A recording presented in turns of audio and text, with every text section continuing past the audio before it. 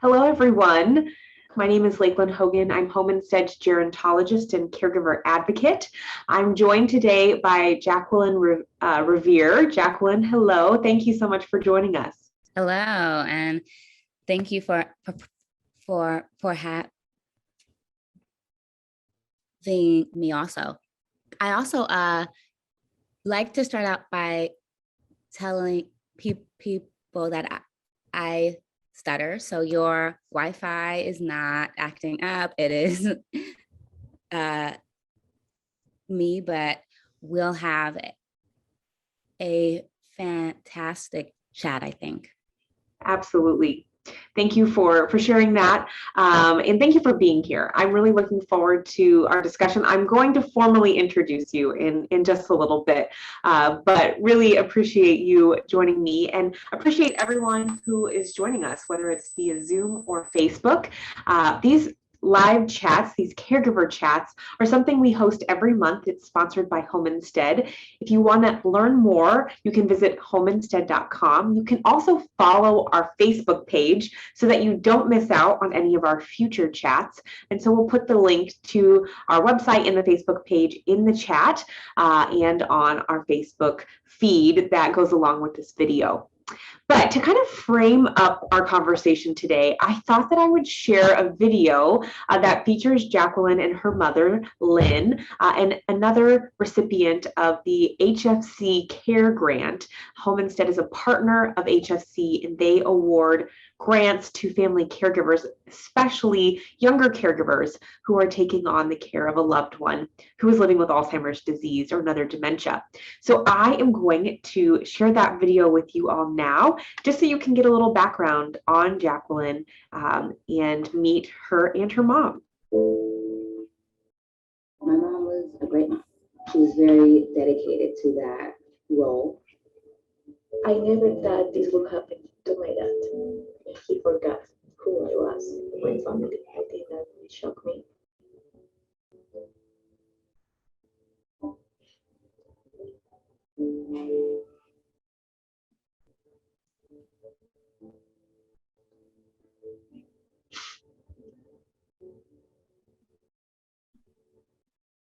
My mom was such a great mom, which is why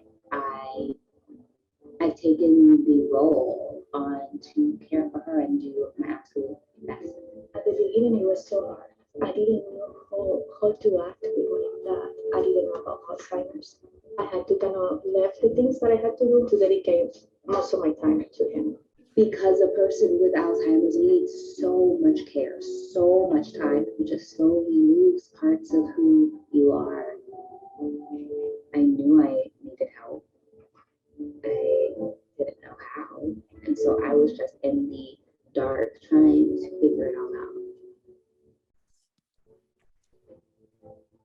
I first heard about HSC from another TikToker. I was like, oh my God, sign up. Yeah. We applied for it and we got a reward of HFC. And after we got accepted, they connected us with illness. I started crying. I was like, I can't believe I went to. It's really nice to leave the house and not worry. It's nice to have that moment to just let your mind focus on everything else. But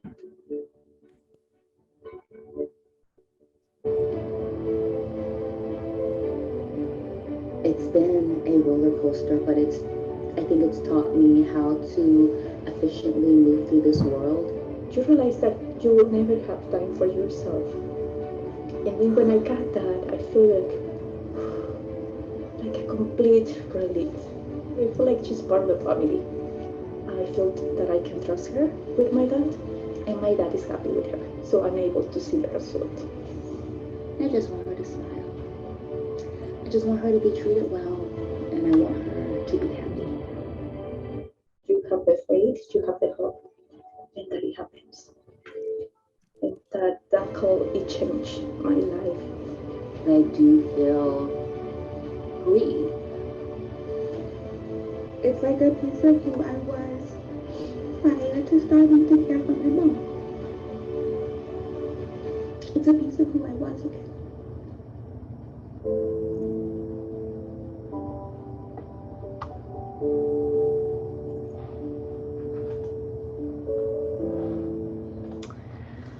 Every time I see that video, it just brings a tear to my eye to just see one, all that family caregivers go through, and then to see how some respite, some time away can really provide that kind of rejuvenation that caregivers so often need. They might not know they need it until they have the opportunity to have it. But we're going to be talking all about these types of topics today. You know, how to keep your identity as a caregiver. It is National Family Caregiver Month, the month of November. Our partners at Caregiver Action Network, they've created a theme. They do this every year. And this year's theme is #caregiver and. So this highlights the fact that there's more to being a caregiver. So if you've ever been in a caregiving role, you know it can be easy for your caregiving duties to become all that you have time for. It can feel all consuming, and little by little, you might start to feel your own identity slip away. But it's really important for caregivers to keep their identity and remember that they're a #caregiver and maybe you're a caregiver and a gardener. Maybe you're a caregiver and a pet lover. Maybe you're a caregiver and passionate about cooking, or like Jacqueline, a caregiver and professional roller skater. I think I would fall over trying to do that circle move that you did, Jacqueline. But again, we're going to be talking about that today, and I'm delighted to have Jacquelyn Revere with me. She became the sole caregiver for her mother, Lynn, and her grandmother, Joyce, in 2016 after a faulty furnace leaked carbon monoxide into her family home, causing them to develop Alzheimer's. She began her journey on YouTube and TikTok under the handle of Mom of My Mom. She has been since praised by Teepa Snow for her devotion to implementing fun and creating joy around the task of caregiving. Their TikTok has now gone viral several times. She has over 600,000 followers and received over 7 million views, which is incredible. And with this platform, she hopes to bring light to the challenges that caregivers face. And as a TV writer, she hopes to bring these relatable stories to the screens around the world. So Jacqueline, thank you again so much for joining us and for being here and for sharing your story with us. Thank you for having me. I'm so happy to share as much as I can. This is such an important topic. And so as whatever you need, I'm here. Well, we again appreciate your openness and your support.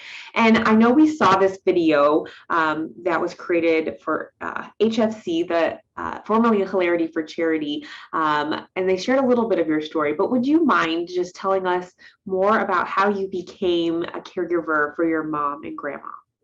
Yeah, sure. So I was living in New York City, and what happened was I got this phone call while I was on the subway saying, hey, something is wrong. You should fly home. And I'm like, yeah, sure. But I ended up flying home to find out that the house was in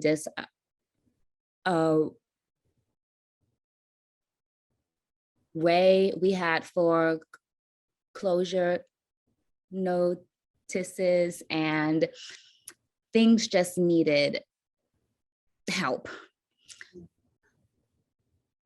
I came home to my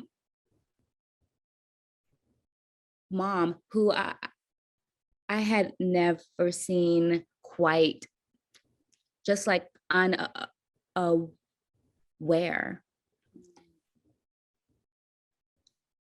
And my grandmother, who did not know who I was.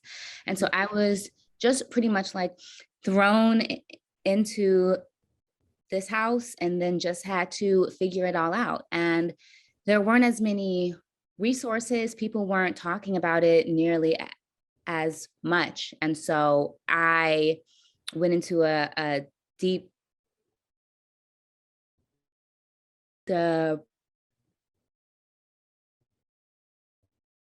depression and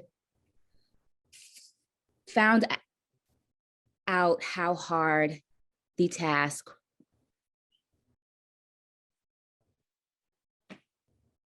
was. It is not easy at all.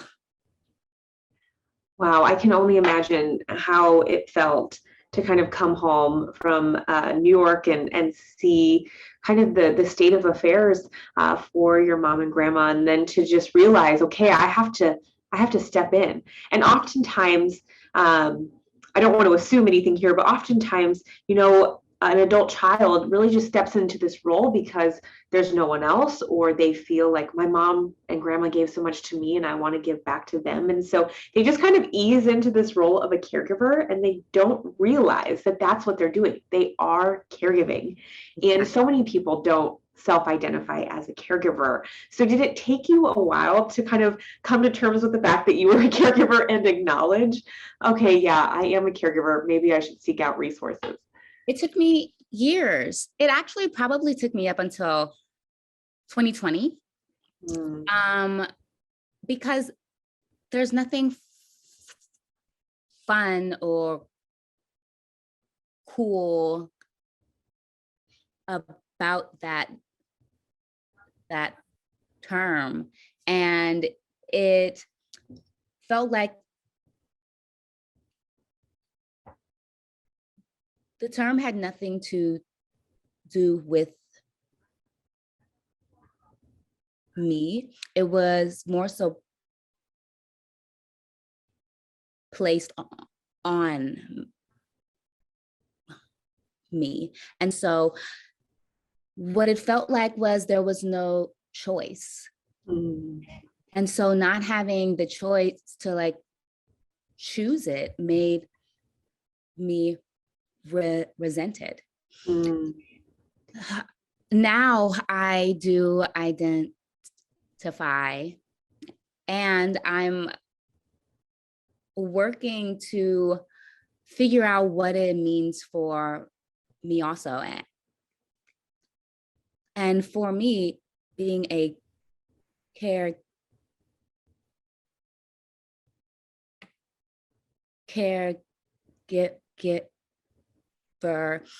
means that I'm also someone who takes really good care of myself also. I think that is a really neat realization that you've come to. Caregiver doesn't necessarily mean just taking care of someone else. It means taking care of yourself also. And I'm excited for you that you have embraced that. I loved in the video your sweatshirt that says caregiver and gives the definition. I think you bring up such a good point. People come into caregiving roles in various ways, shapes, and forms, and not everyone chooses this role, this path in life. And especially as a younger individual, if we look at the statistics of caregiving, there's like 56 million caregivers in the world. And, when you look at the average caregiver, it's usually a female in between the ages of like 40 and 60. So you, I assume, fall very far out of that category, unless you just aged really well. But I do, but yes, I know. I hope that for all of us. Right. But I'm sure that it comes with a variety of challenges that are different than that kind of 40 to 60-year-old typical kind of caregiver. So can you talk a little bit about some of the challenges that you have faced as a younger caregiver? It's endless. Trying to relate to peers is hard. You tend to lose friendships. One thing that really stands out is that you don't have the stability that someone older would have. Like so many people pull from 401ks, or they have some sort of savings that they can use. I started caring for my mom when I was 29. So I didn't have that stuff at all. So pretty much like trying to figure out how to work, make money, still have some sort of like living for myself, maintaining some sort of social connection, trying to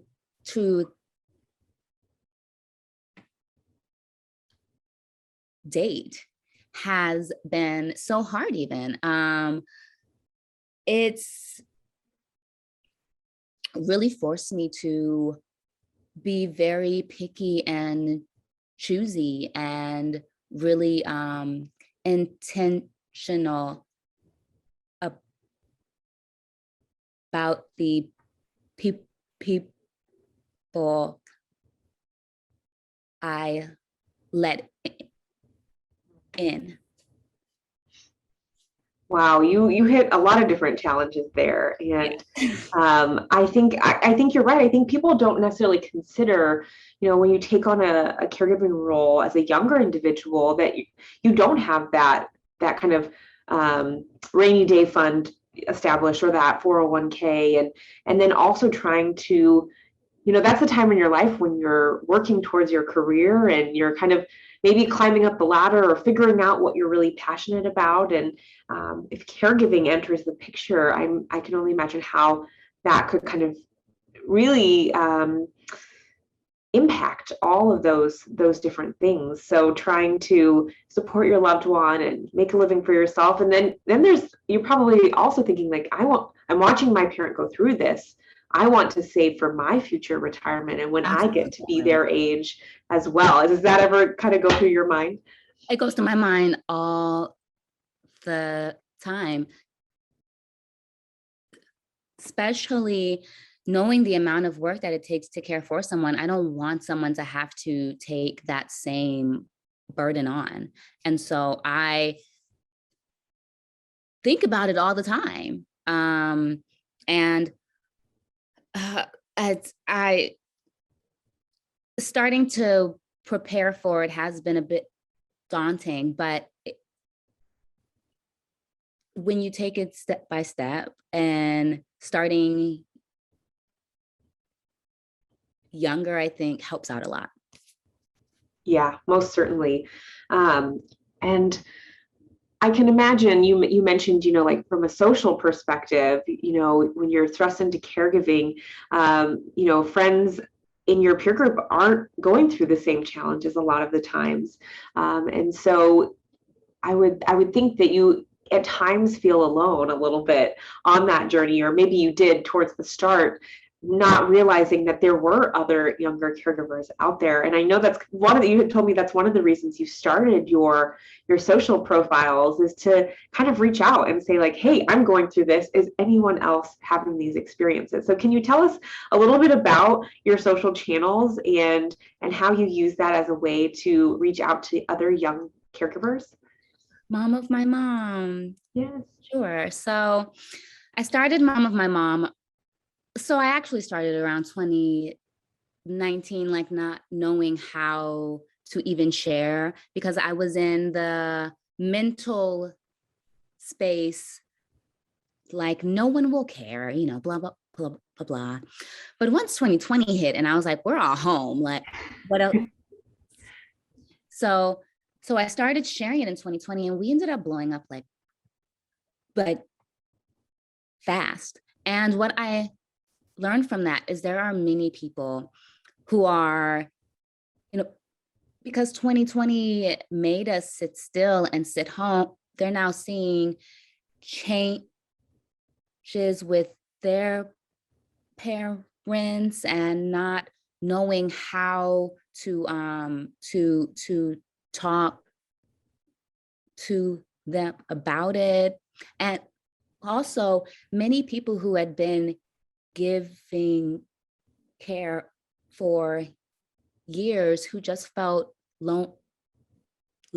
said, oh my gosh, I had no clue that there was someone out there like me, which is how I felt for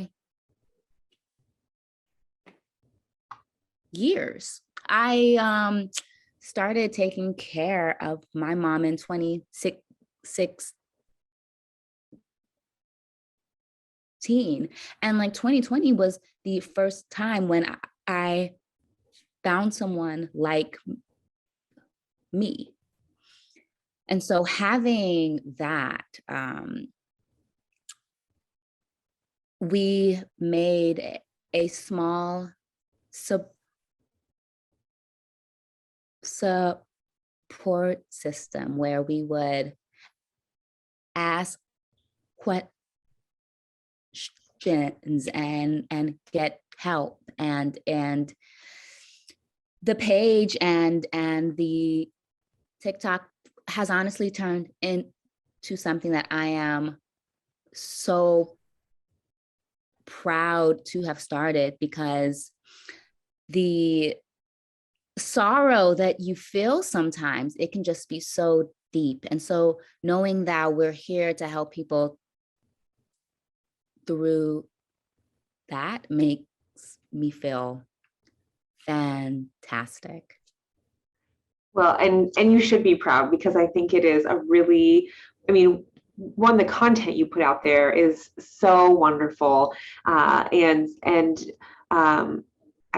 just kind of, I've been following you as one of your fans. And I love the content that you put out there. I think it's so relatable, and you really just invite people into your story and to your lives. And I think that it makes people feel less alone, like you said. And so I would love, do you mind sharing your screen a little bit and showing us your social page, maybe your Instagram or your TikTok, just so people could kind of get a feel for how you share out and connect with others? Of course. Let me just head there right now. Perfect. Okay, so let's share my screen. Oh, this is very exciting. Right here. Okay, perfect. So this is our Insta page, and we've just hit 32K. Wow, I didn't even know. That's amazing. I know, right? But let me show you one of the video. So sometimes people want to know, like, how did 2020 change my mom? And this was my mom, like, in the start. And so seeing how she is now, it's really showed some people like how the pandemic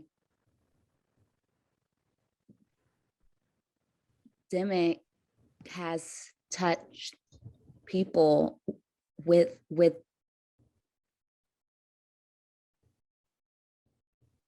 Alzheimer's. Mhm. Here's a sweet one.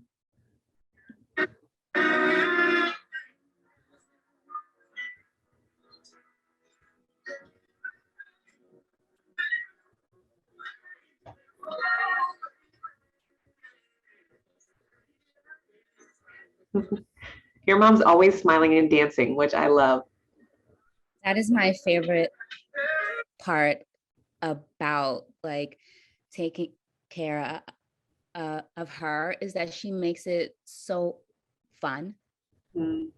And like, I wish that everyone could have that same sort of feeling.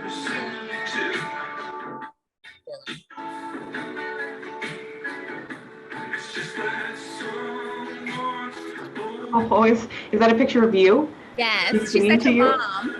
Oh, She's that's the mom. so sweet. Isn't it the cutest? She's like, why is my mom so adorable? I can't.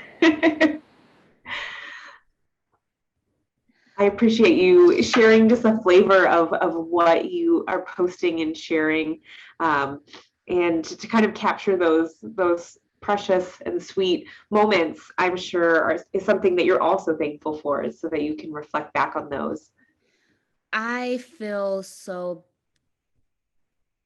blessed that every day I get to wake up and talk to other people about their experience, while also making sure that my memories stay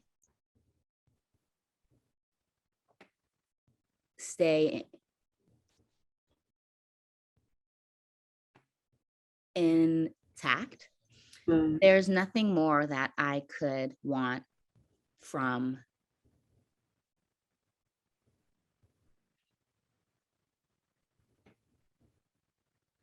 this journey.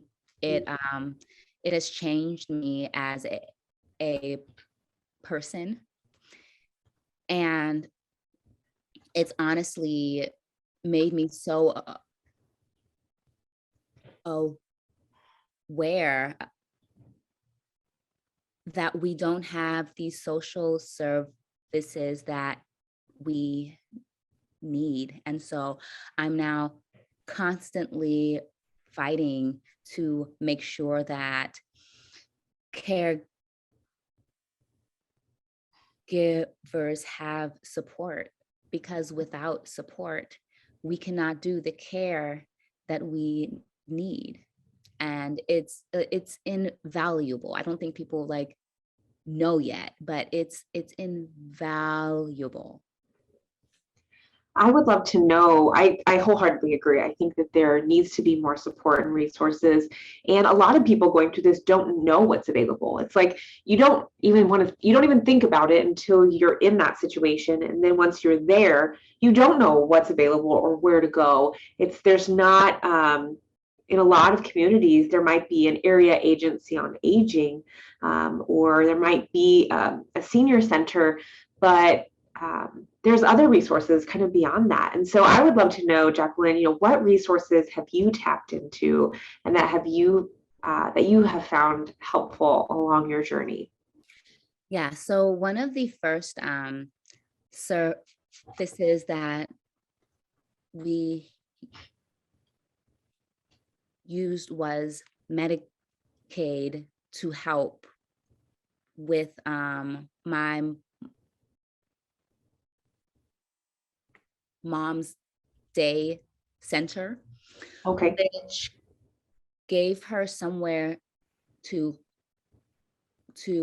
go and see people and interact. And it gave me like 6 hours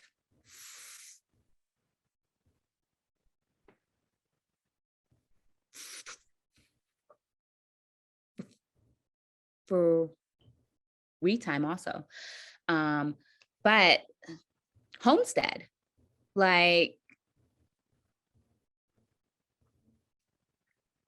having that time be donated meant that on Saturdays I was out. I was like, I'm going to plan something. I'm going to schedule. I don't know with who or what, but I'm going to go live my life. And I was given the opportunity to like figure out who I am again. Like, because when every ounce of energy that you have goes towards caring for someone, it's so easy to slip into not knowing yourself anymore. Mm-hmm. And you can like feel that slowly happening. And it's honestly very scary. And so having time to say like, what do I want? What's something that I desire is paramount to maintaining a sense of self. I think that is just very well put. You feel like you can feel it slipping away, and some people might not know, how do I grasp back onto that? And so I'm also thankful that you found HFC and the Care Grant program that we partner with at Home Instead to get that time away so that you can rediscover who you are and tap into those passions or just have fun and take care of yourself. And I know that we put the link to the HFC grant program in the chat, and we'll put it on Facebook too. If you know somebody who could benefit, please share that out, because I think it's another program that not many people know about. Send it. What I think happens also is you just don't know how much you need the time off. Mm-hmm. Like you get so stuck in the same schedule, doing the same things, that once you have that time, you're like, oh my gosh, I did not know. And so please apply. I often hear caregivers sometimes talk about like, well, I feel selfish for taking time for myself. So did you ever kind of wrestle with that? I want people to know it's not selfish to take care of yourself and to take that personal time. But did you ever kind of wrestle with that? Always. Yes. And I still do. But like, let's just get the facts out. No one will take care of your loved one the same way that you do. That is very true. But they can still be taken care of. Like, they can still have fun without you. They can still, like, no one will make my mom's food the same way, but she can eat something else, and that is okay also. Same way you can eat something else, and that is okay also. Like, change and not doing the exact same thing is good for us. And so I think just having that time to switch it up is scary. Trying something new is scary, but trying something new is also what makes us fun and in true risk. Let me slow down. Fun and interesting also. And so we have to like remember that routine isn't necessarily 100% what is best for us. I think that is such a good point. Switching up your daily routine and keeping things fun and exciting. And we also know from just kind of the brain health research that it's good to challenge our brains and to do new things. And so if you're caring for someone living with dementia, it's important that you focus on your own self-care for your own brain health too. And you learn new things, and you get out and exercise, and you just fuel your own passions and just for your own mental health and well-being. And so I appreciate kind of that point of view, and for being willing to share that, it's not easy at times to give up that control. But that's exactly what it is. It's like, no one's going to take care of her the same as me. You're right. But that is okay. Yes. And so it sounds like you, especially over this last year, have found ways to kind of connect back to your identity and your passions. So can you talk just a little bit more about that, some of the things that you do to stay connected to that, and things that you have found to be helpful to stay connected to your identity? Yeah, so I started roller skating in 2020. Which is awesome. I feel like I would fall down instantly. So kudos to you. I fell down a million times, but you have to. And like learning that was something new that made me feel more rounded.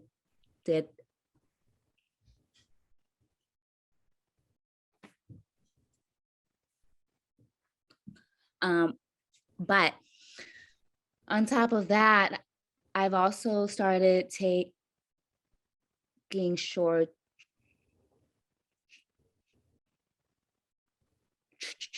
trips, flying out. I've started really filming how my mom changes, then how we change to then help her. And so like learning to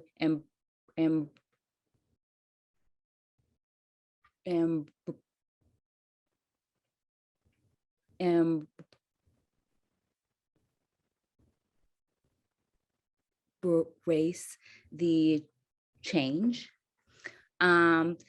And on top of that, I'm also like dating, which means I meet new people all the time. A lot of them I don't continue talking to afterward, but it's all about just like trying new things, meeting new people, and learning to see where you sit in that. Thank you. Thank you for being willing to share all of that. And I think that it is so interesting to see how people balance it all, and kind of just the different interests and passions that really connect them back to their identity. People, I often hear of caregivers picking up new hobbies. So I think that's great that you started roller skating and connecting back to friends and family, and in your case diving into the dating pool, which I can imagine is a little complicated because you have a lot of responsibilities as a caregiver. And so communicating that, I mean, dating's hard in general, without a caregiving situation woven in there, but to kind of find that right person, or and I like how you've also taken a little bit of the approach of like, it's just fun to meet new people and to kind of, again, get out of that routine. So yeah. I think that that's great that you're willing to share kind of that part of your life too, because it is one of those challenges that younger caregivers really do face. Yes. And it's like knowing how to tell a person and knowing when, and it's there's so many things that have ended up coming out of it that I have to maneuver. Yeah. Well, and we have a few comments that are coming in, and somebody also related, this individual said, so true, dating while caregiving has its own set of challenges, LOL. And we just have a lot of comments, thank you for being so vulnerable and sharing your truths, and just thanking you for being a champion for caregivers. And so I just also want to lift you up because I think what you are doing is really special and neat. And we are opening up the chat for questions too. So if you have questions for Jacqueline, please throw them in there. I think we've covered a lot of what we kind of set out to talk about today, Jacqueline. And I know that people can stay connected to you. We've put your social handles in the chat, but would you just kind of want to remind people again, all of the social platforms you're on, so that people can follow you? So we're on TikTok at Mom of My Mom. We are also on Instagram, Mom of My Mom, Facebook, and Twitter, all at the same. When we were actually talking about identifying as a caregiver, that made me want to start like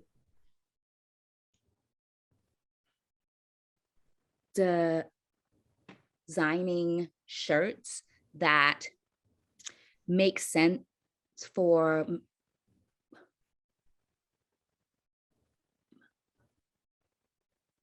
me, and also like trying to help other people find ways to identify also. So like this one, it says, I am my mother's keeper. And that's one of the ways that like I really work to figure out how to make this make sense for me also. Mm. Yes, I love your merchandise. I think that it's so neat, and people can purchase it at, through your social platforms. They can get to where they can purchase that. Is that right? momofmymom.com. Momofmymom.com. Yep, and somebody just asked, where can we purchase the merch? So perfect. And I know there was a question that came in. Someone said, I just got TikTok. I still have not got on the TikTok train myself, so I'm following you on Instagram. But I love that there are all those social platforms that people can follow you. But Verna is wondering, did you find journaling helpful? Or did you find that journaling helps, and how? Yes. So journaling is like known to take the thoughts from your mind and cleanse it out by putting it on paper. And so that is something that I do regularly.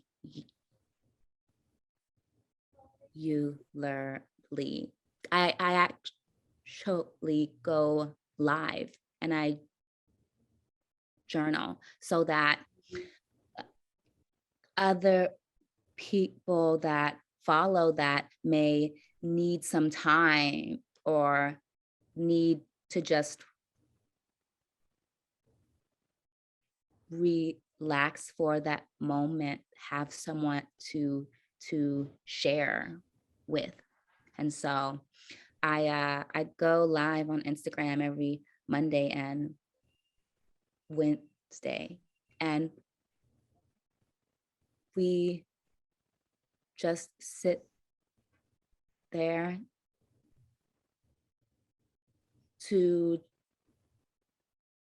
journal. And I do think that like it's extremely important, and it's become a habit for me. I think that that's really neat. So you go live on Mondays and Wednesdays, and you kind of journal live. That's brave to do, but also I think that that's so great. So if people are listening, maybe that's how they kind of enter into journaling, is join you live, and maybe it's one day a week, maybe it's both, and just kind of set aside that time to reflect. And I mean, I journal too. I've struggled with anxiety throughout life, and I just find that writing down my thoughts and feelings is so therapeutic and helpful. And then I also love to kind of read back through and just see like how problems have resolved, or how far I've come, or just to kind of, you're documenting your journey. And sometimes we have to draw back on times when we've been successful, when we're feeling like a moment of weakness, or we need to celebrate those kind of wins that we have. So I think that journaling is a powerful way to kind of do all of those things. Absolutely. Absolutely. We have another question coming in from Sandra. She says, one, she loves the shirt. And then she's also asking, does your mom ever try to curtail or control you venturing outside of the home socially? So maybe Sandra is faced with this situation herself, but any experience with that? Or is your mom like, go have fun, I'll see you later? It changes. So sometimes she never wants me to not leave, but she's always like, we should go. Sometimes I'm like, but what I try to do like prior is I spend time with her, like prior to to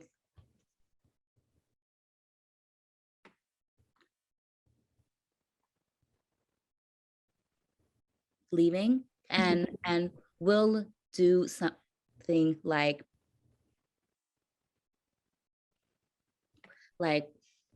play toss, which will slowly just kind of like tire her out.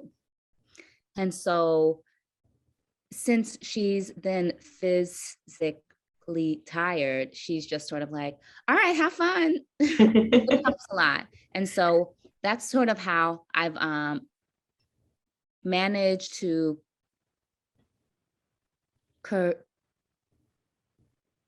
tell her saying like, we should go together, because I'm like, we can't go together, I'm sorry, you know? And so I just try to implement things like that. Thank you for sharing that, and hopefully that gives Sandra a few ideas, maybe for her own situation. We have a question coming from Deb. She says, would you recommend caring for a family member with dementia, or would you hire someone professionally? Both. So recently I've come actually to the conclusion that I actually like it. I like the fact that I get to spend time with my mom. She's very loving. She's so sweet. And I just could not imagine not having her with me right now. However, I also cannot imagine not living. And lately, I have had the opportunity much more to hire people so that they help, but then that makes me appreciate the time with her so much more.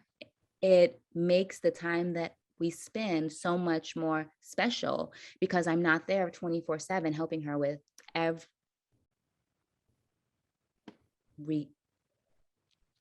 And so I think finding that healthy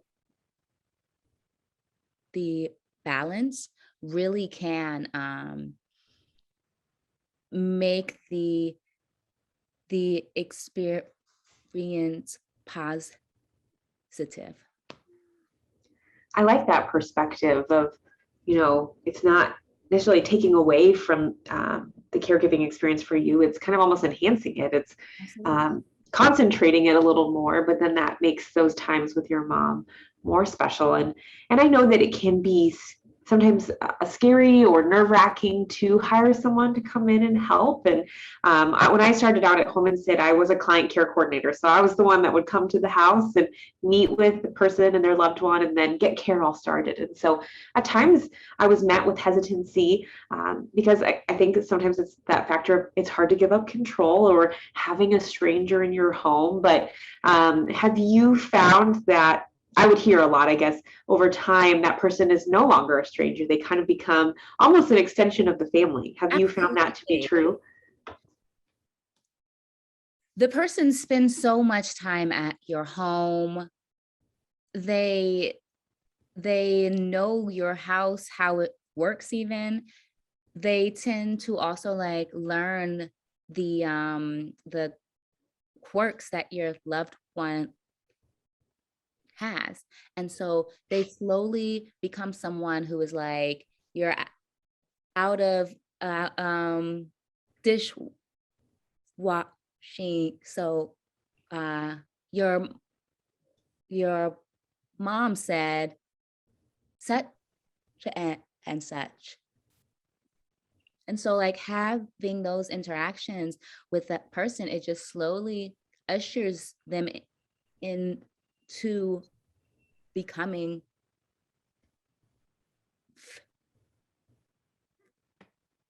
family. Literally, I don't know what I would do if I wasn't able to hire someone, if I wasn't able to have help and have someone that I trust. It makes the difference completely. And you learn to appreciate them also because they give you the time to live again. And they give you the time to live again. Yeah. That's pretty powerful. And I know that Louise is asking, she says, I'm deep into caregiving for my husband and now desperately need help. Where is a good starting point for what's available for me? She's in California, and I think that's where you're based, if I remember correctly, Yes. Jacqueline. I know for us at Home Instead, we have locations in all 50 states. So you could definitely look up homeinstead.com to find an office nearest to you. But Jacqueline, anywhere else that you would suggest that Louise goes to look for help and support in California? Yeah, so the Alzheimer's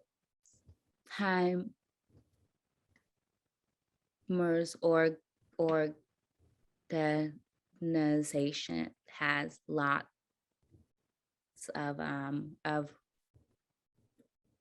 resources. USC has a caregiver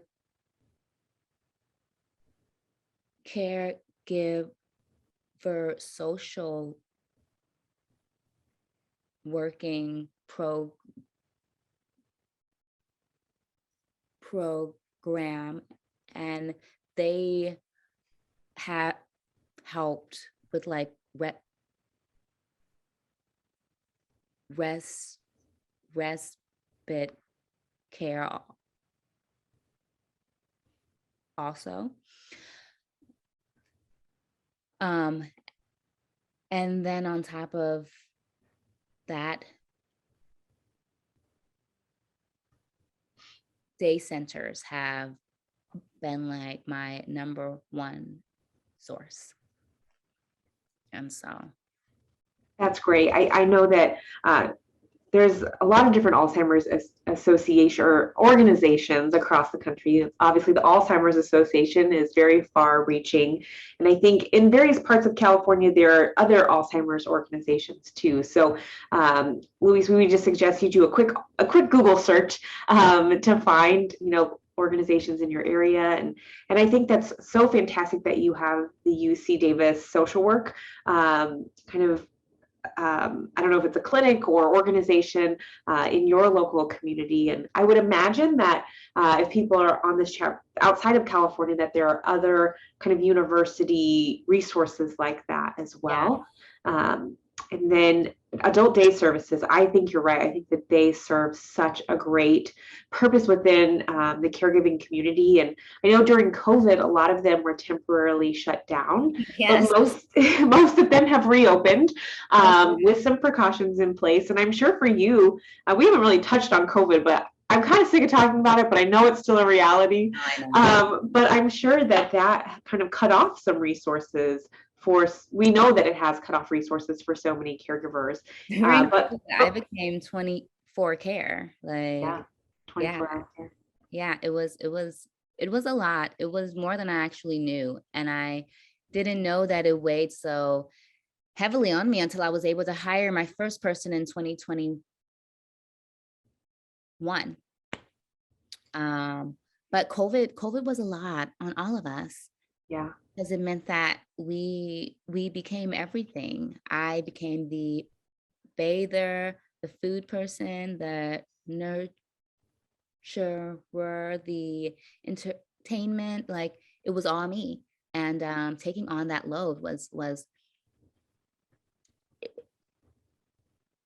taking on that load is what I actually think helped me start Mom of My Mom, because it was too much. It gave me a lot of reason to need an outlet. Yeah, you had mentioned to me when we were prepping for this that it became like your support group. There are in-person support groups. There are kind of more formalized online support groups. Through HFC has some great ones. The Alzheimer's Association does, but for you, kind of social media became a support group where you were able to find others going through what you were going through. And you mentioned that you throw out a question and people will give you responses and tips. And I think that is So neat. And again, I think people should follow you and also benefit from those tips and that mutual support. So many tips and hacks have come from the people that support the page. And I always make sure to like film it and show what worked so that we can then in turn help more. And so I say this over and over and over, but I really don't know where I would be without having the support of the people who follow the page, who have gone through it and who deeply understand what the experience is. And they willingly are like, let's figure it out. Let's talk it out. And like, it's honestly, it's been the best thing I've done probably my entire life. Oh, well, that is so neat. And well, Verna said that yesterday, she said she was having a tough day and first met your page last night where you were journaling, and it encouraged her to pick up the pen. She said, thank you. She prays that she can continue it. And so you are making a difference. And I'm so grateful that you started this Mom of My Mom kind of social network, because that's how we got connected. And it's just been such a joy and a pleasure to talk with you today. Again, I just thank you so much for sharing and for joining us for our November Caregiver Chat in the month, the National Family Caregiver Month. Family care. And Verna, thank you for joining us, and we will journal more. And I appreciate you, Lakelyn, for having me, and everyone for being so patient. And also, this has really become like a passion of mine to just kind of talk about what this experience is and help people as much as I can, because knowing firsthand what it can do to you when you don't take the necessary steps to make sure that you stay healthy. Like I am overjoyed to speak whenever I can.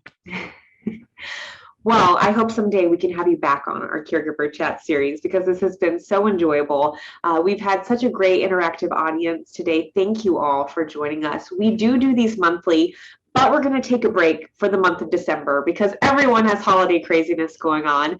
But we will come back together in the month of January for our live chat series, and we hope that you will join us. Again, you can follow us on Facebook to keep up to date on all the details of our chats. And we hope that you all have a wonderful holiday season. I can't believe next week's already Thanksgiving. This year is flying by. But we wish you all a very happy Thanksgiving and happy holidays. And Jacqueline, I hope you have a wonderful rest of your day, and send our best to your mom as well. Thank you. Thank you. I really appreciate that. And thank you for all that you do as well. Thanks so much. Bye, everyone. Have a good day.